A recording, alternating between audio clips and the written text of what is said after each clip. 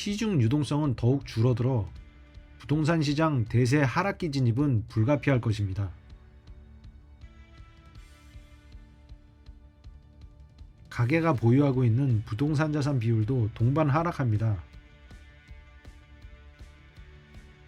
안녕하세요. 데이터 과학으로 주택시장을 분석하는 엑스리서치입니다.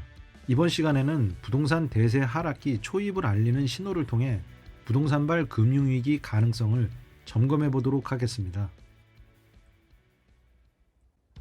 영상 시청 전에 구독과 좋아요, 알림 설정 부탁드립니다.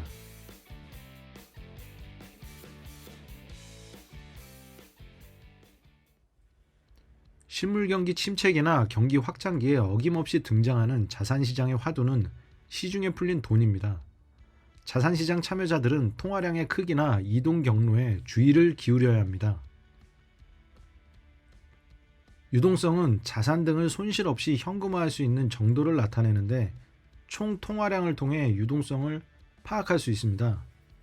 총 통화량은 보통예금, MMF 등 즉시 현금화할 수 있는 돈과 2년 만기 정기예금, 주식형 펀드, 수익증권 등의 금융상품 등을 모두 포함하는 넓은 의미의 통화지표입니다. 따라서 주식형 수익증권이 늘어나면 돈이 주식시장으로 이동하고 정기예금이 증가하면 돈이 은행으로 이동하는 등 돈의 이동 경로를 알 수 있습니다. 또한 총 통화량과 밀접한 상관성을 갖는 것이 경상수지입니다. 경상수지 흑자가 발생하면 국내 달러 공급 및 원화 환전 금액이 증가해 시중 유동성이 늘어납니다. 반면에 경상수지 적자일 경우 외화 수요 증가로 자금 시장이 경색되고 시중 유동성이 감소합니다.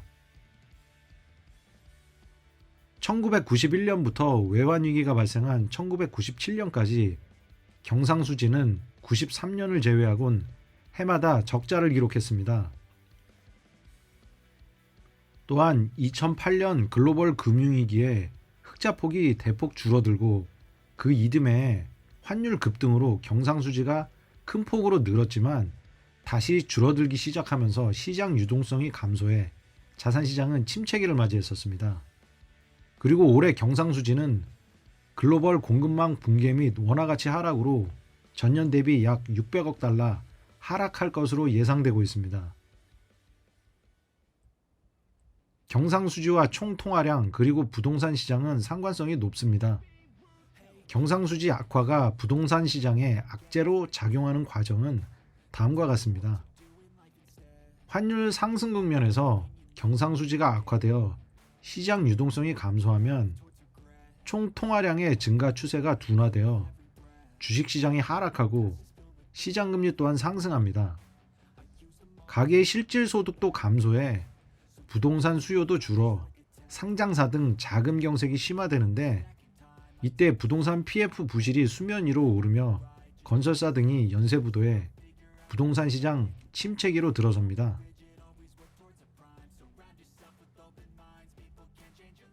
이 지표는 경상수지와 총 통화량 증가맥을 비교한 차트입니다. 올해 8월 기준 전년 대비 경상수지 흑자 규모는 약 343억 달러나 줄어들었습니다. 마찬가지로 총 통화량 증가액도 약 120조 원 감소했습니다. 결국 경상수지 악화가 시중 유동성을 급격하게 축소시킨 것입니다. KDI에서 발간한 2023년 경제전망 보고서에서 내년 경상수지가 올해보다 더 악화될 것으로 전망했습니다. 그렇기 때문에 내년 총 통화량 증가세는 더욱 둔화될 것이며 시중 유동성 또한 줄어들어 자산시장에 심각한 위기에 봉착할 것입니다. 2023년 경상수지 악화가 가시화되면 결국 부동산 장기 침체 초입에 들어서게 됩니다. 총 통화량 감소로 시중 유동성이 줄어들면 부동산 PF 등 자금 조달이 안 돼 건설사 등이 부도 위기에 직면하게 됩니다. 불과 10년 전 부동산 PF 부실로 인한 저축은행 연쇄 부도로 실물 경제에 큰 타격을 줬던 저축은행발 경제 충격보다 더 큰 금융 시스템 위기의 가능성도 상존합니다. 총 통화량이 부동산 시장 거품 붕괴로 이어지는 과정을 간략하게 정리하면 다음과 같습니다. 경상수지가 악화되면 총 통화량 증가세가 둔화됩니다.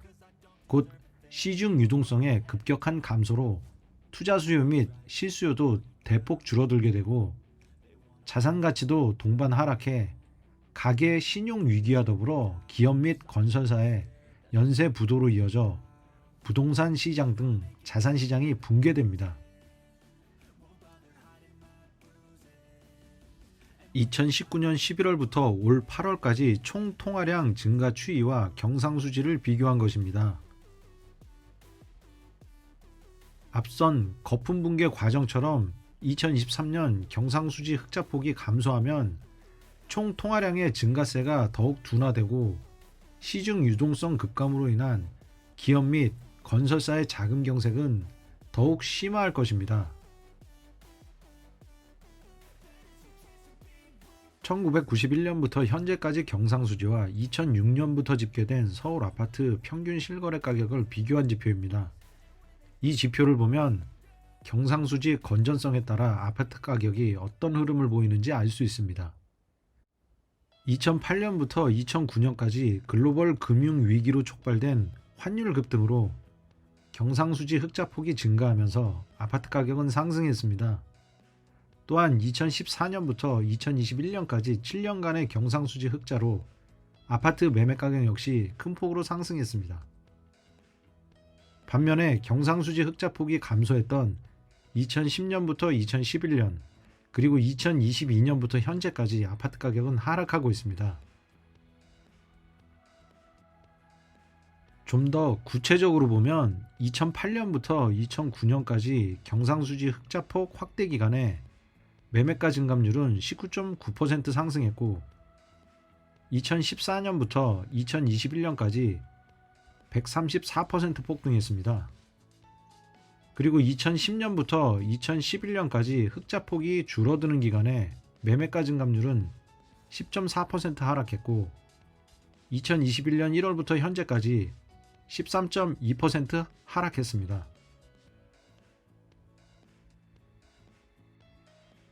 총 통화량의 변화에 따른 서울 아파트 매매 가격 추이를 비교한 지표입니다.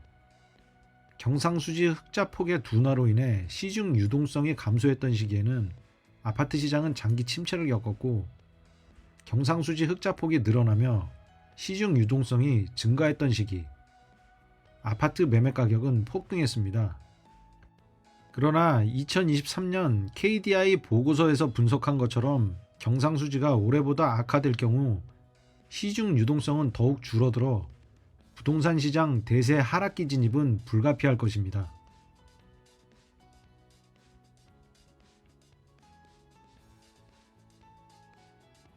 (2024년) 부동산 시장이 안정되기 위한 선행 조건은 경상수지 흑자 규모 확대입니다. 경상수지가 꾸준하게 개선되면 유동성이 증가해 아파트 시장은 안정화되기 시작할 것입니다.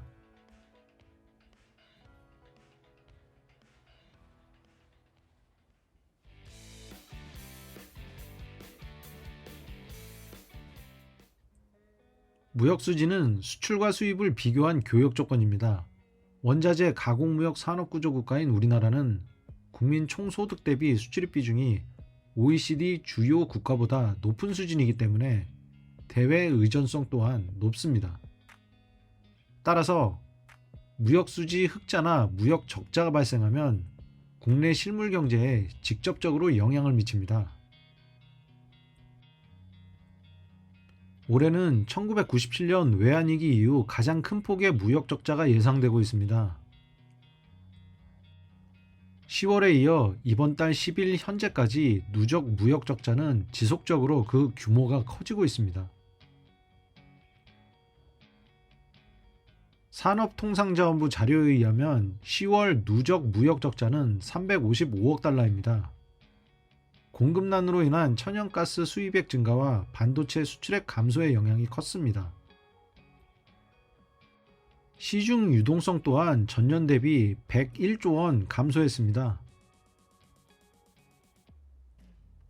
2010년 이후 우리나라의 주요 교역 국가 중 수출과 수입 비중이 가장 큰 나라는 중국입니다. 2021년 교역 국가 순위에서도 알 수 있듯이 한국 경제는 중국 의존도가 매우 높습니다.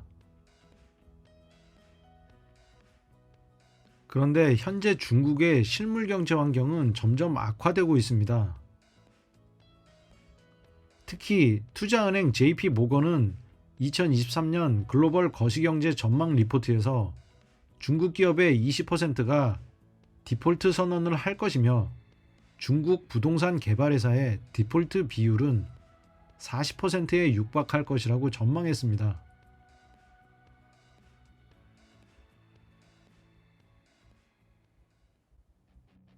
(2023년) 중국 기업의 디폴트가 현실화될 경우 대중 무역 적자는 더욱 심화되고 시중 유동성은 대폭 감소해 자산시장 폭락이 가속화될 것입니다.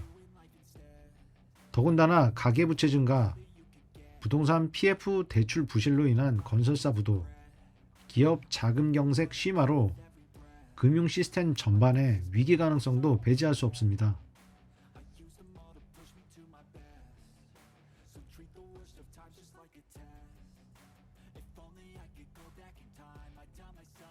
무역 적자로 야기되는 부동산 시장 침체로 전개되는 과정입니다. 무역 적자는 소비자 물가 급등과 시장 금리 상승을 수반하고 상장 기업 및 건설사 등의 자금 조달 금리 상승을 유발합니다. 가계 대출 금리 또한 동반 상승해 대출 차주의 상환 능력이 한계에 부딪히고 보유 자산을 매도할 수밖에 없는 상황이 전개되어 자산 시장은 더욱 폭락합니다. 역대 최대 무역 적자로 인해 환율 불안도 심각한 수준입니다. 무역 적자가 심화되면 환율 급등은 필연적이며 수입 물가 급등으로 시장 금리가 빠르게 올라 자산 시장의 수요도 급감합니다. 다음 지표를 보면 무역 적자가 아파트 시장에 얼마나 큰 영향을 미치는지 알 수 있습니다. 무역 수지는 환율과 국제 유가, 인플레이션율과 밀접하게 연결되어 있고 아파트 시장과의 상관성 또한 높습니다. 무역수지 흑자는 소비자의 실질 구매력 증가를 의미하고 무역수지 적자는 실질 구매력 축소를 의미하기 때문입니다. 무역수지가 감소했던 2009년 6월부터 4년간 서울 아파트 가격은 5억 2천만 원에서 4억 2천만 원으로 하락했습니다. 반면에 무역 수지가 증가했던 2013년에서 2017년 서울 아파트 평균 매매 가격은 4억 2천만 원에서 7억 5천만 원으로 상승률이 78.8%나 됐습니다. 2023년 무역 수지 흑자 전환이 지연될 경우 한국 경제는 과거 2008년부터 5년 동안 이어졌던 장기 침체기보다 더욱 위험한 상황에 직면하게 될 수도 있습니다. 2008년과 비교해 누적 무역 적자 폭은 최소 230억 달러 이상 차이가 나고 2023년 중국 기업의 디폴트 위험도 가중되어 국내 무역 수지 적자 폭이 더욱 심화될 수 있기 때문입니다. 무역 수지 악화로 실물 자산 가치가 하락하면 가계가 보유하고 있는 부동산 자산 비율도 동반 하락합니다. 더욱이 2023년 부동산 대세 하락기 초입에 들어설 경우 가계대출 한계 차주의 신용도가 위험해지고 한계 기업의 연쇄부도가 시작됩니다. 2021년 통계청 가계금융복지조사에 따르면 가계의 보유자산 77.5%가 부동산으로 이루어져 있기 때문에 부동산 대세 하락기가 시작되면 국내 실물 경제 전체의 위기로 전이될 위험성도 높습니다. 따라서 자산시장 참여자들은 빠른 시간 안에 가계부채 리스크 관리에 돌입해야 합니다. 실물 경제와 자산 시장 안정의 제1 조건은 경상수지 및 무역수지의 빠른 회복입니다. 따라서 경제 불확실성이 커지는 환경에서 자산시장 참여자들께서는 극도의 공포감으로 헐값에 자산을 매각하거나 섣부른 자산 매수보다는 거시경제 환경이 개선될 때까지 기다리시길 권유드립니다. 이 영상이 도움이 되셨다면 구독과 좋아요, 알림 설정 부탁드립니다. 감사합니다.